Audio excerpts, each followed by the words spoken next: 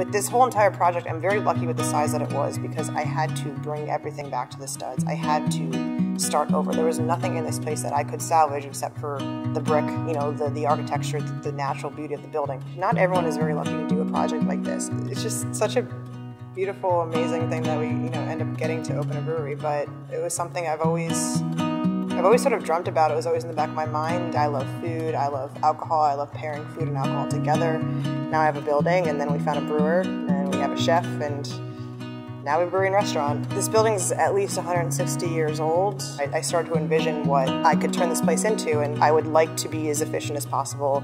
I looked at a couple rebate pamphlets, and then, lo and behold, Joe Walter, contacted me, and we started talking. Here Now Brewing Company is a great example of an adaptive reuse of an existing building. Elena's mindset about incorporating energy efficient products and processes into her operation as she built it from the ground up was very forward thinking. We helped to incorporate the Act 129 rebate programs with what she was planning, and she had done her homework quite a bit, especially with the glycol chiller. The glycol system is definitely something that we needed to have. If we didn't have that, we would not be able to brew very delicious, consistent beer.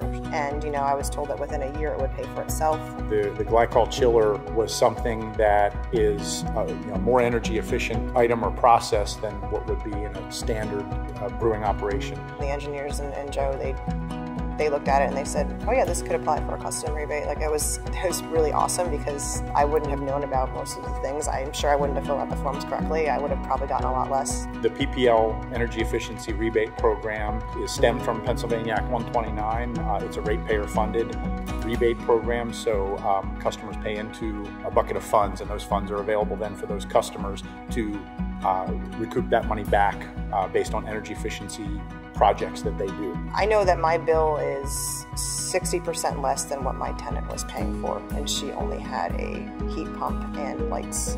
This stuff isn't cheap by any means, but it's going to save us money in the long term, but the upfront costs we're going to receive the rebate on, we can apply it to even something else in the business. The program itself is designed to provide an incentive for customers to do an energy efficiency project. So number one, there's a decrease in overall energy use for the customer. And then the rebate incentive is kind of like icing on the cake. If a legislator truly believes that small business is a prolific part of the economy, then I would say that Act 129 is incredibly important. The Act 129 rebate program would definitely come into play with starting new jobs or certainly creating new work.